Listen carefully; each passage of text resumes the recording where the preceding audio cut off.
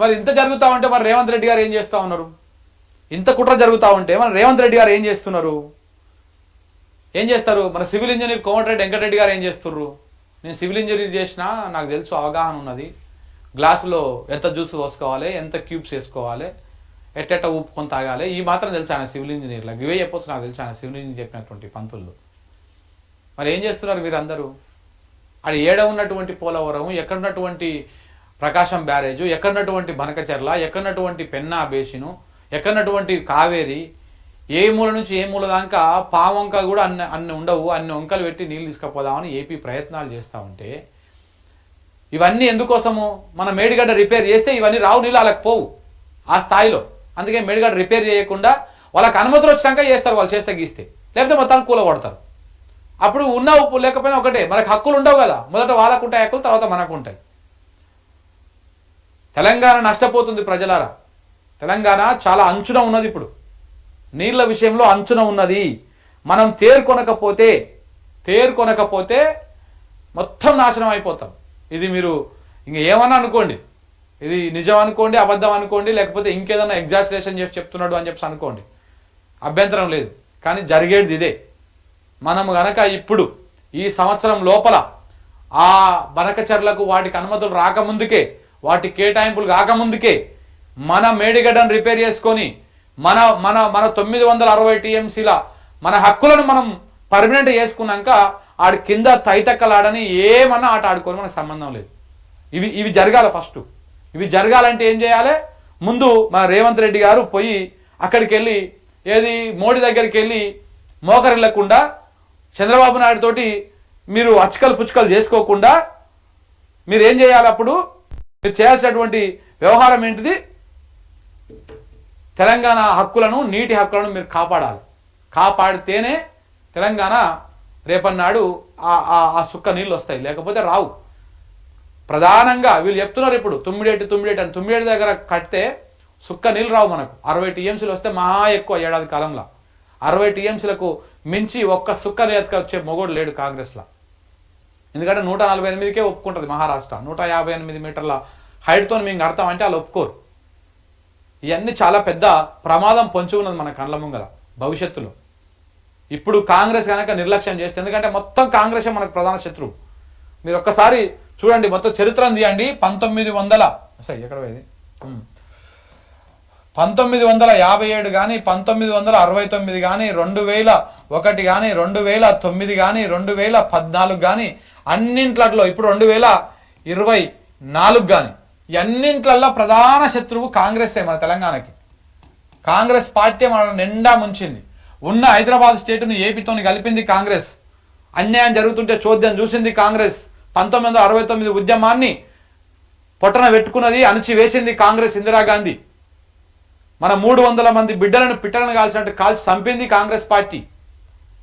2001 ఉద్యమం వచ్చినప్పుడు ఈ ఉద్యమంలో ఒక పార్టీ తెలంగాణ కోసం ఫైట్ చేస్తుంటే ఆ పార్టీని పురిట్లోనే చంపాలని ప్రయత్నం చేసింది కాంగ్రెస్ పార్టీ, నాటి వైఎస్ రాజశేఖర రెడ్డి. ఇట్లా ప్రతి అంచెలు ఎక్కడైనా సరే కాంగ్రెస్ పార్టీ తెలంగాణకు ద్రోహే. ఉద్యమం పీక్స్లోకి వెళ్ళి 2009లో ప్రకటన చేసింది కాంగ్రెస్ పార్టీ. ఆ చేసిన ప్రకటనను 600 ముందుకు వెనకకు తీసుకున్నది కాంగ్రెస్ పార్టీ. పదవుల కోసం పెదవులు మూసుకొని ఉన్నటువంటి వాళ్ళు ఇక్కడ ఉన్నటువంటి కాంగ్రెస్ సన్నాసులు, తెలంగాణ ద్రోహులు.